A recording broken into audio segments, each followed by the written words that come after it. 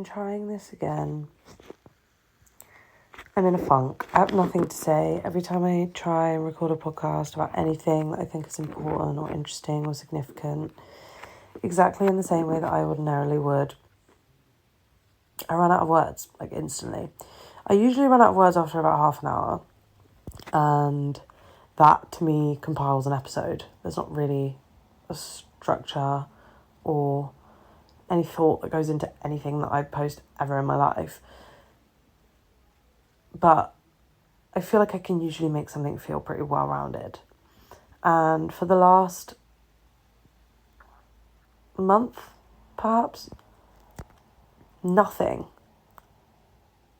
comes out rounded at all.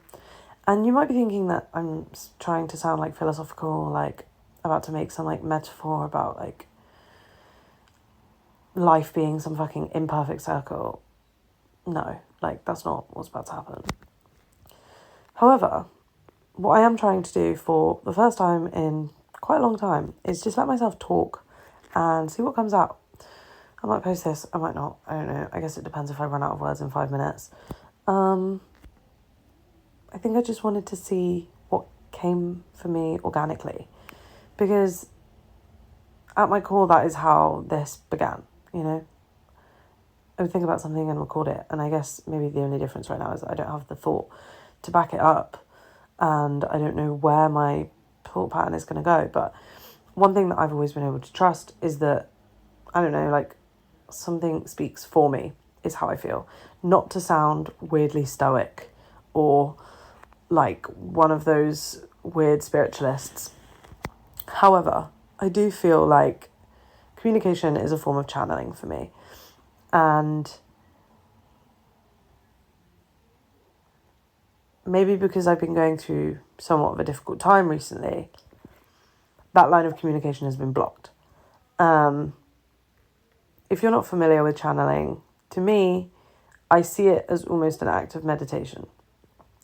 And like anything that you work on over time,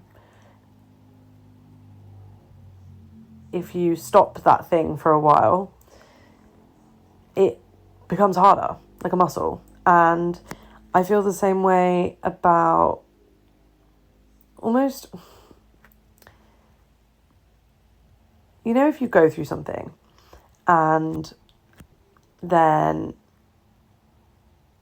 you try and go to the gym or you try and go for a run, and it might have been that the gym and running was something that helped you so much when you were going through something before. And although this thing that you're going through now may ring a lot of the same bells or feel so similar to the thing that you went through before, and it's a generalized, probably pretty healthy coping mechanism that you've developed going to the gym or going for a run to cope with your feelings, it doesn't work. Like, has anyone ever had that? I feel like that's kind of a common thing, you know, it's like nothing you do works to deal with what you're feeling. And then you're left in this weird limbo of like, well, what now?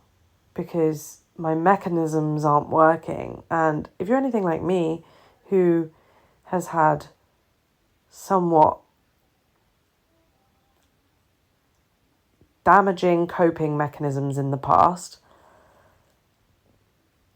communication was something that provided me with not only an emotional outlet, but also a way to develop a skill in something that I felt like I always innately didn't understand. So it kind of felt like a bit of a saving grace for me. Communication has always been something that I struggle with. I've spoken about this many times. And I feel that over the years, I've been able to hone my skills in articulating my point. This is not something that has come naturally for me. You can tell when you listen to my older episodes. Even then, even the ones that I published, you know, there were years before that of things that went unpublished because I grew up being shamed for my methods of communication. You know, I was too angry, too aggressive, too passionate, too, I don't know, loud, whatever it was. And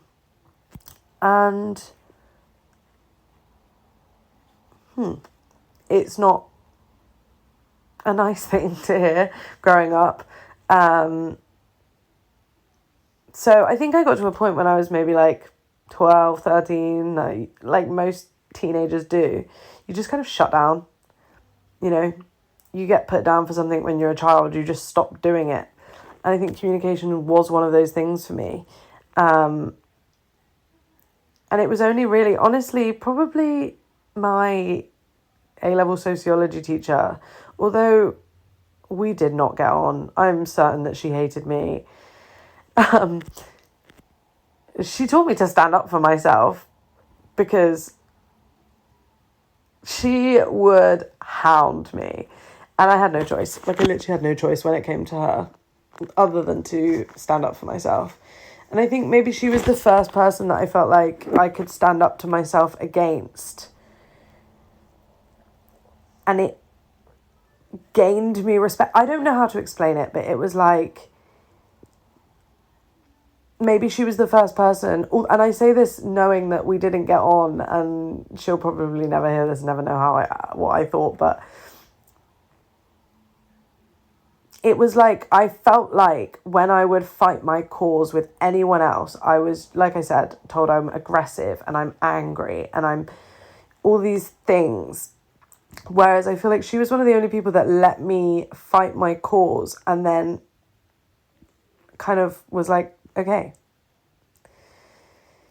And it's weird. We had a very complex relationship. But I do attest a lot of my communication interests and developments into her. I think as well the nature of sociology as a subject kind of, you know, I learned a lot about human interaction, and I've always felt like psychology is the individual and sociology is the collective. I am not a psychologist nor a sociologist, so please don't quote me on that.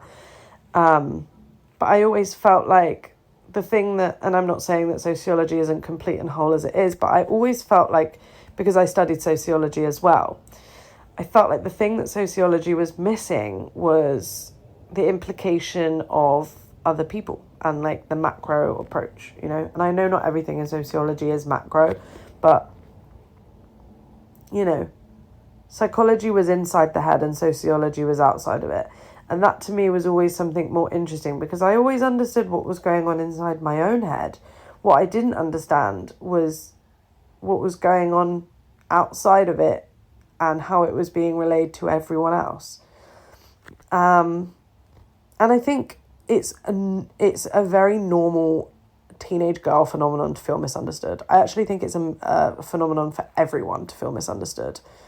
And it's funny because surely if everyone on the planet feels misunderstood, that would lead to a general feeling of understanding within each other, you know?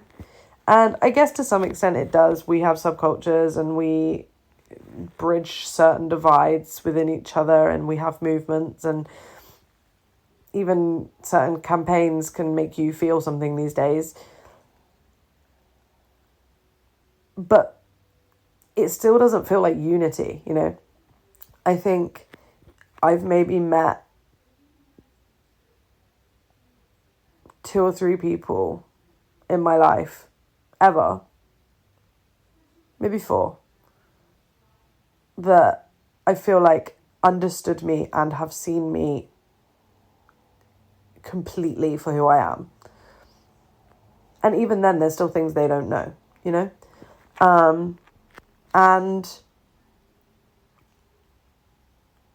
it's funny because I've always found that those relationships are fleeting. Bar one, which is my mother. And there will come a day that too does end. Obviously, everyone dies, not to be morbid, but I think that's probably the most constant. But, you know, these relationships that I've had where I feel this way are always so fleeting. And it's funny because I was thinking the other day, I was actually going to make an episode about this, about how I don't want a boyfriend. Like, it sounds really not an interesting topic of conversation, but I was thinking about it, and I was thinking that the relationships that I've had with certain people where when that chapter of my life has come to a close, I've never felt anything close to the pain that I have felt during that for any kind of romantic relationship. And I have had a lot of people be like, yeah, you just haven't met the right person. And I get that. Like, I don't know. You know, like, you don't know what you don't know.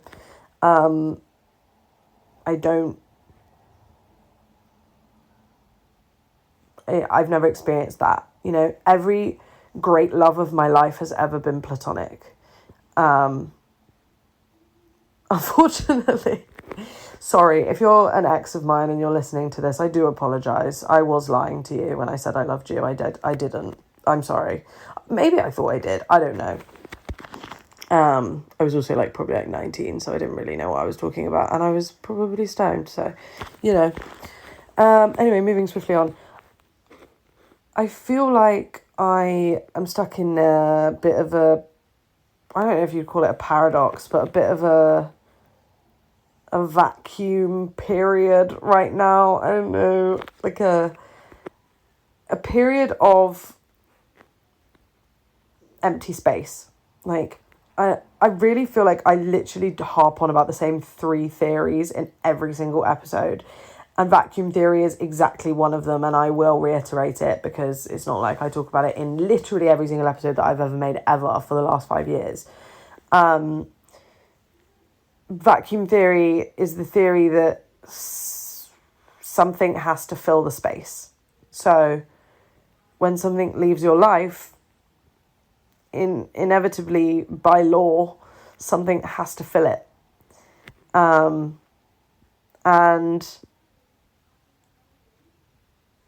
I'm in that period right now where something's left my life and nothing's quite filling it yet. And it's like a weird feeling of loss. And I have experienced this a few times. Probably 2 or 3 times before, maybe 2 times significantly before, where I felt this great loss. It's kind of, I mean, I've never experienced death. So if you think I'm being insensitive by saying this, I apologise. I don't understand death at all. Apart from in a really weird roundabout way, I do. But I've never experienced death as in someone I know's died. But I feel like what I've experienced is an ambiguous loss, you know? They're gone and we're not in contact. We're not, you know, in any kind of way connected. But there's just this hole. And as I was saying earlier, none of the coping mechanisms work. And even though that you know that it's probably the right thing to be experiencing, spiritually for your path, and, you know, all of that woo-woo mindset that I try to adopt to keep myself sane and act as my anchor, I choose to believe, because if I don't, I think I'll lose my mind. I didn't expect this episode to be as, I don't know, it feels fluffy. But yeah, no, I genuinely feel like, I think I've made an episode like this before. I think I made an episode like this in, I think it was 2023. And I remember at the time I'd just met my ex-boyfriend and I was going through the worst friendship breakup of my life. Hold on, I think my mum's about to come in my room.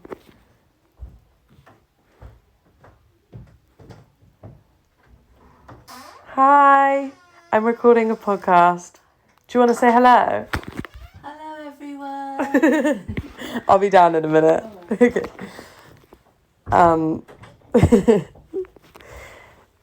So, yeah, I went through this friendship breakup. And, okay, niche reference, but does anyone know that song? I don't know if it's Ghostin'. I think it is, by Ariana Grande.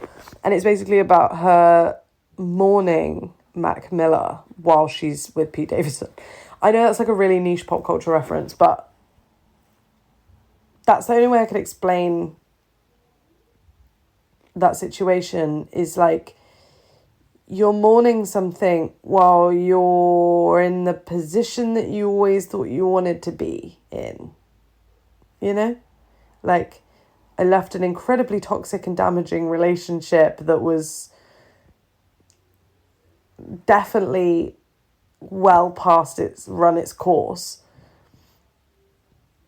And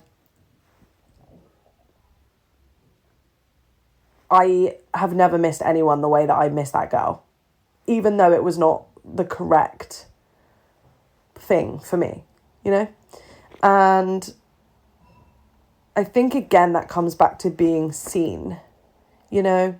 I think, not to make this isn't a men discussion at all, but I don't think innately that men see me. And I think that's why I love my female friendships so much, because I feel so seen. And I think the hole that I feel right now and the hole that I have felt before is because I worry about never being seen again. Or I worry that, this is another thing that I feel, is I worry that if I do feel that seen again, that it is destined to end. You know, whether it be abruptly, whether it be drawn out over months. I've had both. And neither is better or worse than the other. They are both absolutely terrible, painful, gut-wrenching experiences. And I know, to anyone listening to this, you're probably going to be like, yeah, we've all been through a breakup. Like, okay, I know. It's just the whole, you know. You feel this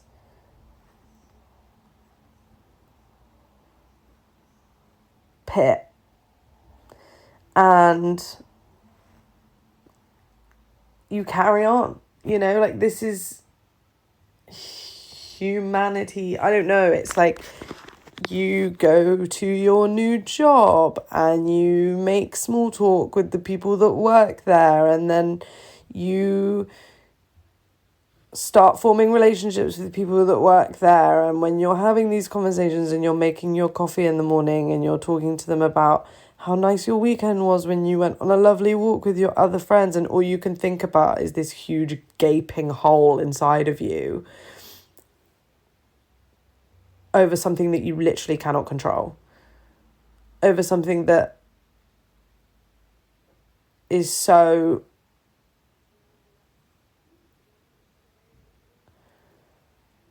done. And yeah, honestly, I would say I've experienced this twice before in my life. One time was the worst. That was like that old friendship breakup I was talking about. But it is, this is, okay, I don't know how to explain this, and I really, really hope that I'm about to not butcher this and make this sound like some fucking, like, tortured poet society, or like some weird off-cut Lana Del Rey lyric.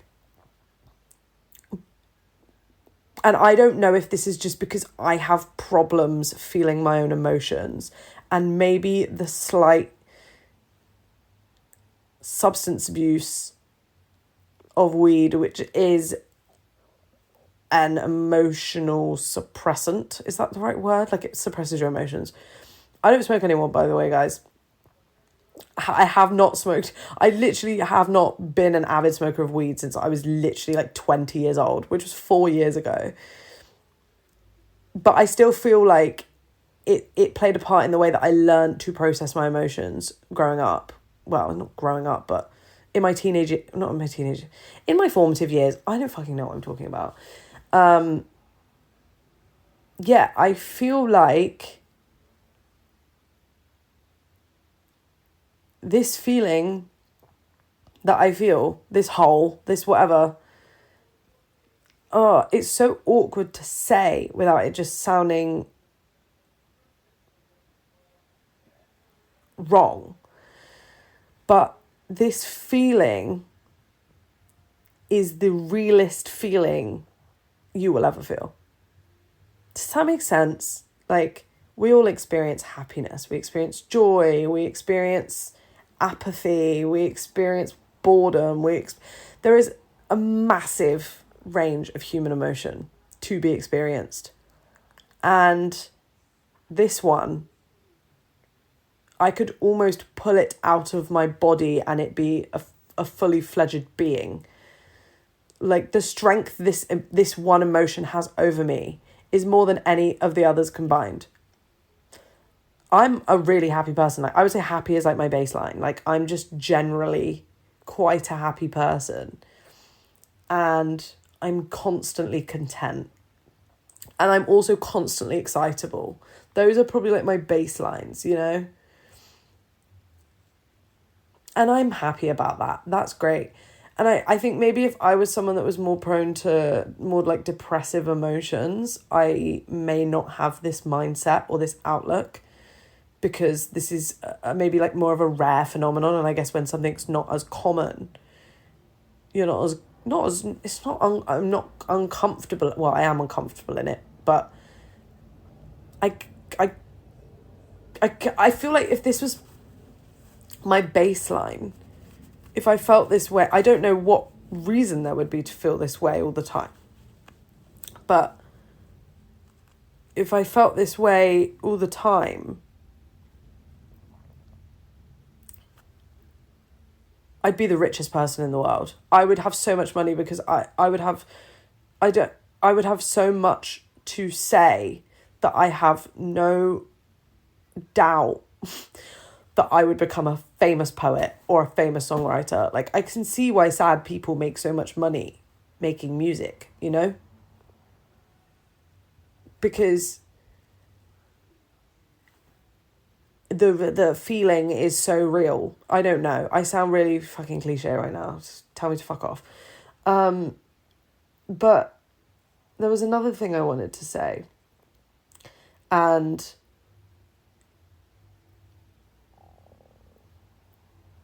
I think it's about the processing part, you know, and about your coping mechanisms not working for you, especially considering that I do actively try to not fall back into old habits. I try, like, for some reason, I don't really know what happened, but I like hit 23 and turned really type A. I don't really know what went on there. Like, I just started like being really organised and like, I don't know. I'm really happy actually with it. And I'm really glad that I'm an organised individual now. But I never was that way before. And I was, like I said before, like I was quite, what's the word? Like self-destructive. So now, being that I am not self-destructive because I think just my brain's developing and I'm just sort of, you know, consequences and stuff like that. Now that I am feeling this way about things, but running doesn't work, walking doesn't work, seeing other friends doesn't work, distracting myself doesn't work, can't podcast to save my life, apparently, unless I'm like really raw and vulnerable and open, which is, not nice to do. It's okay. No, it's fine. It needs to come out. What do you do when it all doesn't work? You just sit in it. It's horrible. It's such a weird, I've always been a doer, you know, like I've always been like, well, I'll drink it away, or I'll work it away, or I'll see 5 groups of people in one day it away so that I don't have to go home and think about it, because Lord knows I've never been able to process a single thing that's happened to me ever in my life. Had to hire someone to help me with that. Like, do you know what I mean? Weird feeling, like really weird feeling, like why can't I just go for a run and not think about it? Like, I drive 20 miles up the motorway every day for work. 20 miles there, 20 miles back. Do you know much time you can spend thinking on the motorway about the same, like, I'm beating that dead horse. Is that saying beating a horse, beating the dead horse? I've beaten that horse to a pulp. There's nothing else. There's nothing else to think about. But it's this constant rumination. And I know what you're thinking, oh my God, girl has ruminating thoughts. Revolutionary. No, I know. This is like a normal experience. But Jesus, it is something. I'll tell you that for free. It is just, it's like a curse. I feel like I've been cursed to just be the most dramatic bitch in the world when I'm going through something a little bit difficult. Like, you know, I don't know. I just wish I loved people less. Like, that would just be... And I think what I also wish is that I could stop loving people after they're not in my life anymore. I think that's the hardest part. Like, with exes, I've never really had to struggle with that because I just, like, didn't love them anyway. So it was easy to be a hater or just be like, oh, just leave me alone or, like, fuck off. But I honestly think, like, I, as a person, if I love you once, I'll love you forever. And this is, again, not a new phenomenon. But I always expected that to be romantic. And I've just never experienced that. God hope I don't as well. Lord hope I don't. I don't want to experience that. Sounds horrible. Love you forever, even if you, like, burn my family to the ground. What do you mean? I'll pull a Katerina Petrova and, like, run through the hills of Bulgaria for 500 years. Anyway, that's me done. I think I will post this. It was a bit strange. If I listen to this back, I'm probably going to be very confused. Thanks, guys. I'm sorry. I don't know what I've just spoken about for the last half an hour. But I trust myself. I trust my instincts. Fingers crossed. Wish me luck.